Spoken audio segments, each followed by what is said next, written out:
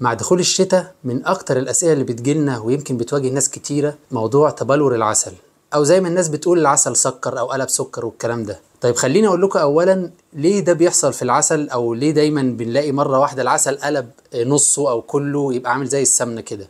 علميا ان كل عسل طبيعي بيبقى فيه ذرات او حبوب لقاح اللي النحل بينقلها للخلايا هي غير مرئيه، بس في الشتاء ومع نزول درجات الحراره جزيئات العسل نفسها بتبدا تلف حوالين حبوب اللقاح دي وتعمل تبلور، تبدا تتكتل لحد ما يبدا العسل يبقى عامل زي السمنه. فاكيد دلوقتي انت عرفتوا ده عسل طبيعي ولا لا. العسل الصناعي تماما مستحيل يتبلور، لان في الغالب ما بقاش فيه حبوب لقاح اصلا، او النحل ما خدش اصلا، ما فيش نحل تقريبا في الموضوع، فما بقاش متبلور. طيب هل ده دليل جودة ولا دليل ان ده غش؟ برضو ده مش مقياس نقدر نقيس بيه، لان ممكن العسل يبقى رطوبته عالية قوي فيتبلور بسرعة، وممكن العكس العسل ما يتبلورش وبرضو يبقى عسل اصلي.